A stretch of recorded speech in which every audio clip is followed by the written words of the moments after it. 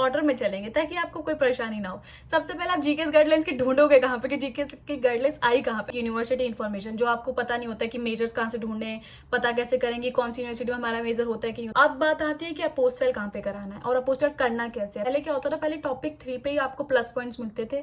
अब यहाँ पे टॉपिक लेवल 1 से आपको प्लस पॉइंट्स मिल रहे हैं। Hi guys, welcome back to my channel. मुझे पता है, मुझे माफ कर दो कि मैं इतनी लेट वीडियो डाल पा रही हूँ। मैंने बोला था कि मैं जल्दी से जल्दी डालूंगी, लेकिन मेरा ना आजकल टाइम बहुत ज़्यादा चल रहा था, मैं बहुत ज़्यादा बिजी चल रही थी, इसलिए मैं जल्दी से जल्दी वीडियो नहीं डाल पाई। लेकिन वो सब इंपॉर्टेंट नहीं है। इंपॉर्टेंट जो है वो है जीकेएस की गाइडलाइंस आ चुकी है, वो बहुत ही ज़्यादा इंपॉर्टेंट है। इसलिए मैंने कहा कि भाई टाइम निकालेंगे और वीडियो बनाएंगे इसके लिए, कि मुझे पता है कि आप लोगों को बहुत सारी कन्फ्यूजन होंगी, बहुत सारे क्वेश्चन भी होंगे, तो मैं हाजिर हूँ आपकी मदद करने के लिए।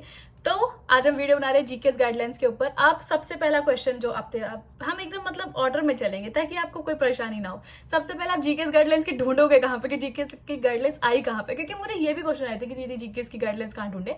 तो आप स्टडी इन कोरिया वेबसाइट है, उसको गूगल पे सर्च करो, उसको ओपन करो और उसमें जीकेएस का एक ऑप्शन है, वहां पे क्लिक करोगे और आपको जीकेएस अंडर ग्रेजुएट डिग्री करके मिल जाएगी फाइल। उस पर क्लिक करोगे, उसके साथ अटैच फाइल्स होती हैं, वो पूरा लिखा होता है कि ये ऐसे स्कॉलरशिप है, और नीचे अटैच फाइल्स होती है जिसमें जीकेएस की गाइडलाइन, जीकेएस का एप्लीकेशन फॉर्म और जीकेएस की यूनिवर्सिटी इन्फॉर्मेशन जो आपको पता नहीं होता है कि मेजर्स कहाँ से ढूंढने, पता कैसे करेंगे कौन सी यूनिवर्सिटी में हमारा मेजर होता है कि नहीं होता, तो वो यूनिवर्सिटी इन्फॉर्मेशन में मिलता है। ठीक है, तो आपको ऐसे करके आपकी जीकेएस की गाइडलाइंस मिल जाएंगी, तो आप जाके वो ढूंढो, वहां पे मिल जाएगा। ठीक है, अब जीकेएस में आप कैसे कैसे अप्लाई कर सकते हो। सबसे पहले तो एम्बेसी ट्रैक, दूसरा यूनिवर्सिटी ट्रैक। तो सबसे पहले एम्बेसी ट्रैक में आपको एक ओरिजिनल सेट और 3 अपने उसकी फोटो कॉपी करके 3 अलग सेट बनाने हैं। ठीक है, तो ऐसे 4 सेट आपको एम्बेसी ट्रैक के लिए चाहिए। और यूनिवर्सिटी ट्रैक के लिए सिर्फ आप एक ही यूनिवर्सिटी में अप्लाई कर सकते हो, एक से ज्यादा यूनिवर्सिटी में अप्लाई नहीं करोगे, तो आपको एक सेट बनाना है, वो भी ओरिजिनल। सारे पोस्टल डॉक्यूमेंट्स इसमें चाहिए। ओके, तो और जो एम्बेसी ट्रैक के जो स्टूडेंट है उनको एम्बेसी की मेन एम्बेसी की एक वेबसाइट है, कोरियन एम्बेसी इन दिल्ली करके डालोगे, वहाँ की मेन वेबसाइट पे जाओगे, वहाँ पे भी उन्होंने अपना जीकेएस के लिए बारे में नोटिस डाल रखा है, उसको खोलोगे तो आपको पता चलेगा कि डेडलाइन कब है और आपको रिजल्ट कब मिलने वाला है फर्स्ट राउंड का। तो वहाँ पे सारी चीजें मेंशन है, तो आपको वो चेक करना है। और उसका एड्रेस दे रखा है, तो आपको वहां जाके अपने डॉक्यूमेंट सबमिट करने हैं।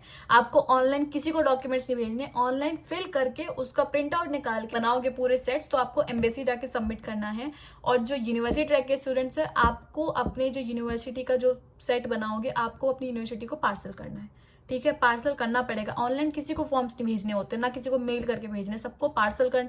यूनिवर्सिटी ट्रैक हो तो पार्सल करोगे, एम्बेसी ट्रैक हो तो वहां जाके सबमिट करोगे। ठीक है, आप अपनी यूनिवर्सिटी इन्फॉर्मेशन पे जाके चेक करो। कुछ कुछ यूनिवर्सिटीज ऐसी होती हैं जो बोलती हैं कि आप उनको पार्सल भी करो और उनको ईमेल भी करो, तो वो आपको अपनी यूनिवर्सिटी की इन्फॉर्मेशन में जाके चेक करना पड़ेगा, क्योंकि कुछ यूनिवर्सिटीज बोल देंगे कि आप उनको पार्सल भी कर दो और उनको ईमेल भी कर दो अपने सारे डॉक्यूमेंट्स। अगर आपको कंफ्यूजन हो रही हो कि आप पोस्टल डॉक्यूमेंट्स मतलब कैसे कैसे सेट बनाना है, क्या करना है, तो मेरे पास, मैं आपको पहले ही बता रही हूँ कि अगर आपको आगे कोई भी दिक्कत हो रही है कि क्या करना है, कैसे करना है, मेजर कहाँ से ढूंढना है, तो उसके लिए मैंने पूरी जीकेएस प्लेलिस्ट बना रखी है। उसमें 19 वीडियोज है, 19 वीडियोज है, तो आपको पता चल जाएगा कि आपको अपना मेजर कैसे ढूंढना है, आपको फॉर्म कैसे फिल करना है, आपको सब कुछ पता चल जाएगा। तो आप वो जाके देखिए, क्योंकि अभी मैं यहाँ पे ज्यादा डिटेल में नहीं बताऊंगी, वहां पे मैंने हर एक टॉपिक पे डिटेल में बता रखा है, तो आप वो जाके चेक करिए। ठीक है, दूसरा बात कि इसकी एलिजिबिलिटी क्या है, क्योंकि कौन कौन अप्लाई कर सकता है वो भी पता होना चाहिए। तो जिनके 12th में 80% से अबव मार्क्स थे वही अप्लाई कर सकते हैं। और दूसरा, अगर आपके पास एक प्रूफ है कि आप अपनी क्लास में टॉप 20 में रहे हो, टॉप 20 स्टूडेंट्स में एक हो, और उसके पास आपका सर्टिफिकेट है, और वो अब आप पूछोगे सर्टिफिकेट कहाँ से मिलता है, वो आपके अपने टीचर से पूछना पड़ेगा कि आप टॉप 20 में हो या नहीं हो। वो बोलेंगे हो, तो बोलो उनको एक सर्टिफिकेट बना के दे कि मैं टॉप 20 में हूँ। तो आपको अगर टॉप 20 में हो तो, और आपके 12th में 80% है, तो आपको ये 2 आपकी कंडीशंस पूरी होनी चाहिए। दोनों में से एक ना एक तो पूरी होनी चाहिए, तभी आप इस पर अप्लाई कर सकते हो। अगर आपके उससे कम है तो आप अगर करना चाहो तो कर सकते हो, लेकिन जो चीज यहाँ पे मेंशन है मैं आपको सिर्फ वो बता रही हूँ। और रूल्स तो रूल है तो आपको पता होना चाहिए। अगर आप अभी, मेरे को बहुत सारे मैसेज आएंगे कि दीदी हमारे 76 हैं, दीदी हमारे 74 हैं, हम करें कि नहीं करें। देखो, आपका मर्जी है, लेकिन जीकेएस में क्या होता है कि आपका पैसा, क्योंकि अपोस्टाइल हो रहा है, ठीक है, और आपको देने जाना पड़ेगा, आपको बहुत चक्कर काटने पड़ेंगे, आपका टाइम मनी सब कुछ वेस्ट होगा। अगर आपको पता है कि वो चीज आपके लिए नहीं है, जैसे 80% का दे रखा है, तो मत ही करो उतना टाइम वेस्ट। अगर आपको लग रहा है कि आपके पास अदर बहुत ज्यादा अच्छे अच्छे सर्टिफिकेट्स, आपके पास टॉपिक है, आपके पास अदर सर्टिफिकेट्स बहुत ज्यादा अच्छे हैं, आपको पता है कि आप दिखा सकते हो कि मेरे पास ज़रूरी नहीं कि एकेडमिक में मैंने नहीं करा, एक्स्ट्रा करिकुलर एक्टिविटीज़ मैंने बहुत ज़्यादा कर रखी है। तो आप चाहो, आपका मन है तो आप अप्लाई कर सकते हो। मैं आपको सिर्फ बता रही हूँ कि कौन कौन अप्लाई कर सकता है, यहाँ पे क्या मेंशन है, तो आपकी मर्जी उसके बाद, ठीक है। बाकी कि आपको बहुत सारे लोगों का क्वेश्चन आता है कि एज क्या होनी चाहिए, तो एज बस 25 साल से कम होनी चाहिए, बाकी आपकी एज जो भी है, और आपका 12th पास होना चाहिए। तो 12th पास और 25 साल से कम। तो और अब हम बात करेंगे एसोसिएट डिग्री और बैचलर्स डिग्री के बारे में, क्योंकि देखो बैचलर्स डिग्री में क्या होता है कि आपको 1 साल कोरियन पढ़ाते हैं और 4 साल आपकी वो होती है डिग्री, ओके। तो 5 साल आपका ये होता है प्रोग्राम पूरा, ठीक है। और एसोसिएट डिग्री में क्या होता है कि आपको 1 साल कोरियन सिखाते हैं और 2 साल की आपकी डिग्री होती है। वो डिग्री नहीं बोलते, उसको डिप्लोमा बोल सकते हैं आप, पूरी प्रॉपर डिग्री समझ लो, लेकिन वो 2 साल का होता है, तो मैं उसको ऐसा डिप्लोमा आपको समझाने के लिए बोल रही हूँ, तो वो ऐसा होता है, ठीक है। तो एसोसिएट डिग्री ये होता है और बैचलर्स डिग्री ये होता है, जो मैंने आपको अभी समझाया।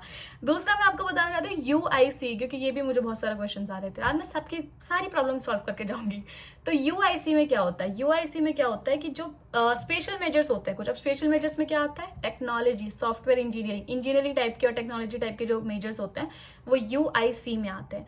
तो आपको अगर उनमें अप्लाई करना है तो आप यूआईसी में भरना अपना, ठीक है। उसमें लिखा होता है university track, embassy track, university track में भी यूआईसी, ऐसे करके आप भर सकते हो, ठीक है। अब हम बात करेंगे सीट्स कितनी आई हैं, क्योंकि सीट सबसे ज्यादा इंपॉर्टेंट है भाई, अप्लाई करने से पहले सीट देखनी पड़ती है। तो आप सीट हम बताते हैं, एम्बेसी ट्रैक में आपको 2 सीट्स मिल रही है, इंडिया में 2 सीट निकली हैं, यूनिवर्सिटी ट्रैक में आपको 2 सीट निकली हैं। और यूआईसी में क्या होता है, यूआईसी जो स्पेशल मेजर्स मैंने आपको जैसे बताया अभी, उसमें कोई भी स्पेसिफिक कंट्री की सीट्स नहीं होती, उसमें टोटल सीट्स निकलती हैं और उस पे बेसिस पे आप सिलेक्ट होते हैं। आप वो मैटर नहीं करता कि 2 3 4 इंडियन हो सकते हैं, 5 भी हो सकते हैं, 6 भी हो सकते हैं, तो वो कोई स्पेसिफाइज नहीं है कि इसी कंट्री को सिर्फ इतनी सीट मिल रही है, वो सबके लिए, ठीक है। दूसरा है एसोसिएट डिग्री में 4 सीट्स निकली हैं, तो आप उसका ध्यान रखना। और सबसे पहले हम बात कर लेते हैं डेडलाइंस की, क्योंकि डेडलाइंस मैं पहले बता दूं ताकि आप जल्दी जल्दी इसकी तैयारी करना स्टार्ट कर दें। एम्बेसी जो आप अगर एम्बेसी ट्रैक से अप्लाई कर रहे हो तो आपकी डेडलाइन है 4 अक्टूबर, ठीक है, 4 अक्टूबर 2023। तो आपकी एम्बेसी ट्रैक की डेडलाइन ये है। और यूनिवर्सिटी ट्रैक की आपको चेक करनी पड़ेगी।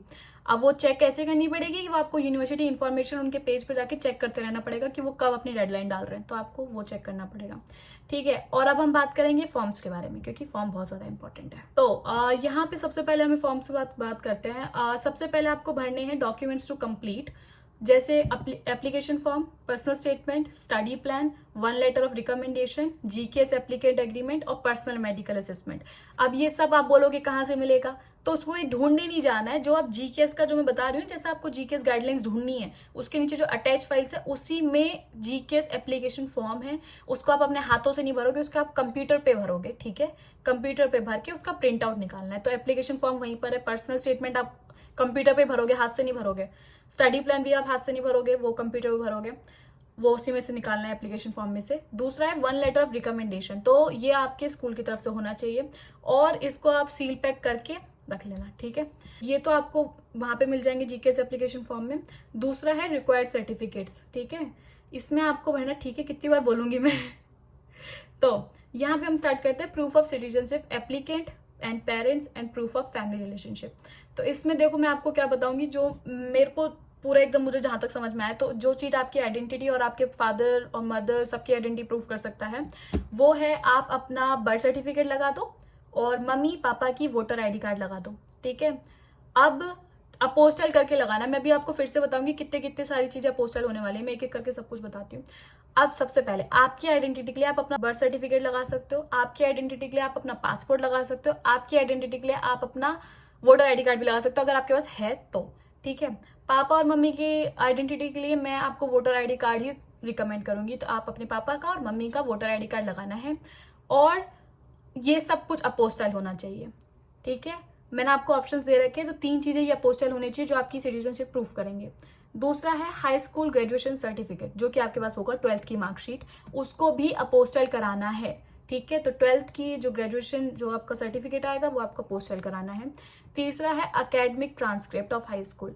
ट्रांसक्रिप्ट मैंने आपको पहले ही बताया था कि ट्रांसक्रिप्ट क्या होता है, आपके high school years 10th 11th 12th का एक पेपर पे पूरा उन्होंने वो सम अप करके बता रखा होता है कि एक एवरेज निकाल रखा होता है, वो होता है। लेकिन अगर आपको अपने स्कूल से वो चीज़ नहीं मिलती है तो आप अपना 10th का 11th का और 12th का मार्कशीट अपोस्टल करा के साथ में अटैच करके लगा देना एज अ ट्रांसक्रिप्ट, ठीक है। अब ये मत करना कि ट्रांसक्रिप्ट में 12th का लगा दिया तो हाई स्कूल ग्रेजुएशन सर्टिफिकेट में ना लगाएं, उसमें भी लगाना है 12th का और इसमें भी ऐड करना है 12th का, वो भी अपोस्टाइल, सब कुछ अपोस्टाइल होगा। अभी मैं बताती हूँ आपको कि अपोस्टाइल कहाँ से कराना है, क्योंकि वो भी बहुत क्वेश्चन, और कैसे करना है सबसे बड़ी बात, ठीक है। और दूसरा है ग्रेजुएशन सर्टिफिकेट जो एक्सपेक्टेड है, ये तो आपको, अगर आपका नहीं मिला है अभी तक ग्रेजुएशन सर्टिफिकेट, मतलब स्कूल का जो 12th का रिजल्ट नहीं मिला है, तो आप अपना एक्सपेक्टेड ग्रेजुएशन सर्टिफिकेट लगा सकते हो, वो आपको अपने स्कूल से मिलेगा, तो आप वो लगा देना। मैं फिर से बता रही हूँ अपोस्टाइल कराने की क्या जरूरत है।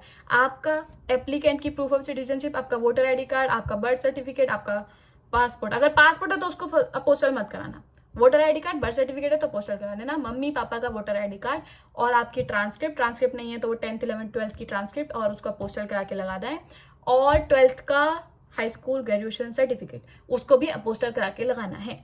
तो अब बात आती है कि अपोस्टल कहाँ पे कराना है और अपोस्टल करना कैसे है। पहले बात तो मैंने आपको पहले भी अपनी पूरी वीडियो बना रखी है, तो आप वहां जाके चेक करिए। और सबसे मेरे को बहुत ही अच्छी वेबसाइट लगी है, जो मुझे लगता है कि एकदम मतलब आप उसके ऊपर ट्रस्ट करके अपने डॉक्यूमेंट भेज सकते हो और वो आपके अपोस्टल एकदम अच्छी तरीके से करके आपको भेज देगी, तो वो है एक्सीलेंट अपोस्टल सर्विसेज। मैं आपको नीचे भी उसका पूरा डिस्क्रिप्शन में लिंक वगैरह डाल रखा है, तो आप उनको कॉन्टैक्ट करो, तो वो जल्दी से जल्दी आंसर भी करते हैं और आपका काम बहुत अच्छी तरीके से करते हैं। तो वो बहुत ही अच्छी अपोस्टल सर्विस है, मैंने वहीं से कराया था, तो मैं इसलिए आपको वो भी सजेस्ट कर रही हूँ, और वो पॉसिबल होगा तो आपको डिस्काउंट भी दे सकते हैं, तो इसलिए आप वहां से जाके करा लेना। और दूसरा, क्योंकि मैं आपको ये बता रही हूँ कि उनका जो कराने का तरीका है, क्योंकि आप अपोस्टल ऐसे नहीं कराते हो कि आपने डॉक्यूमेंट भेजना होता है, उसका भी एक अलग तरीका होता है, आपको पीडीएफ बना के भेजना होता है, आपको टाइम लगता है उन सब चीजों में, तो आपको ट्रस्ट होना चाहिए कि वो कंपनी कर पाएगी या नहीं कर पाएगी। और मेरा मानना है कि ये कंपनी बहुत ही अच्छी है उन सब सर्विसेज के लिए। अब आपको कैसे भेजने अपने डॉक्यूमेंट्स, कैसे पीडीएफ बनाना है, तो मैंने पूरी वीडियो में उनको बता रखा है कि आपको अपने डॉक्यूमेंट्स ऐसे पीडीएफ बना के इनको कैसे भेजना है, तो वो मैंने पूरी वीडियो बना रखी है, आपको उसका लिंक डिस्क्रिप्शन में मिल जाएगा पूरा डिटेल में, तो आप वो जाके चेक कर लेना, ठीक है। कंपनी तो बहुत अच्छी है, तो मैं तो वही रिकमेंड करूंगी आपको, क्योंकि वो जल्दी काम कर देगी आपका और एकदम सही काम कर देगी। और सबसे ज्यादा इंपॉर्टेंट यही होता है जीकेएस में, जरा सा भी इधर उधर हुआ ना पोस्टल की, अगर कहीं सही नहीं करा उन्होंने या फिर कहीं गलत जगह पे पोस्टल कर दिया, तो आपका फ्यूचर थोड़ा सा खतरे में पड़ सकता है, इसलिए अच्छी जगह से कराओ, ठीक है। अब हम बात करते हैं अदर डॉक्यूमेंट्स के बारे में। अदर डॉक्यूमेंट्स आप में यहाँ पे इंक्लूडेड हैं, अगर आपके पास टॉपिक है तो आप टॉपिक के लिए यहाँ पे अपना डॉक्यूमेंट लगा सकते हो। टॉपिक को आपको अपोस्टाइल कराने की जरूरत नहीं है, ठीक है, टॉपिक कोई जरूरत नहीं है उसके। और इंग्लिश प्रोफिशिएंसी टेस्ट हो तो वो आप वो भी लगा देना।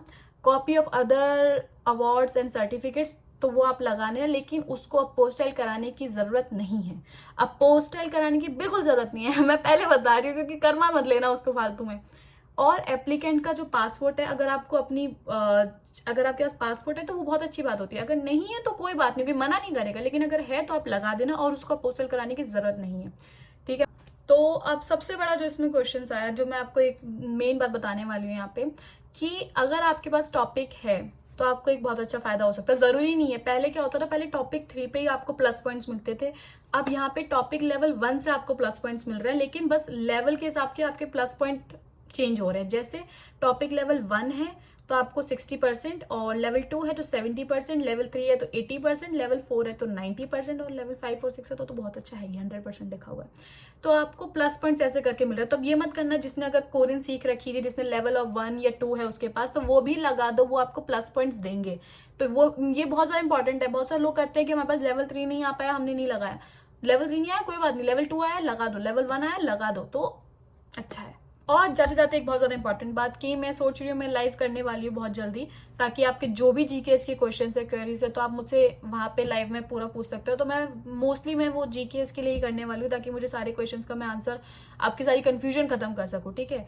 तो मैं लाइव करने वाली हूँ इंस्टाग्राम पे, इंस्टाग्राम का लिंक भी डिस्क्रिप्शन है। बाद में बोलना नहीं कि यहाँ पे मैं कमेंट में अगर रिप्लाई नहीं कर पाई तो आप बोलो कि मेरे को आंसर नहीं मिला, तो आप वहीं पर अपडेट रहो। इंस्टाग्राम पे मैं डालूंगी, तो आप भी आ जाना लाइव में और अपने क्वेरीज क्वेश्चंस जो भी है वो पूछ लेना, ठीक है। और बताना जरूर कि वीडियो कैसी लगी, और भी कोई क्वेश्चन हो तो नीचे कमेंट सेक्शन में पूछ ही लेना, मैं बता दूंगी, ठीक है। और बताना जरूर वीडियो कैसी लगी। Tata, take care, bye bye.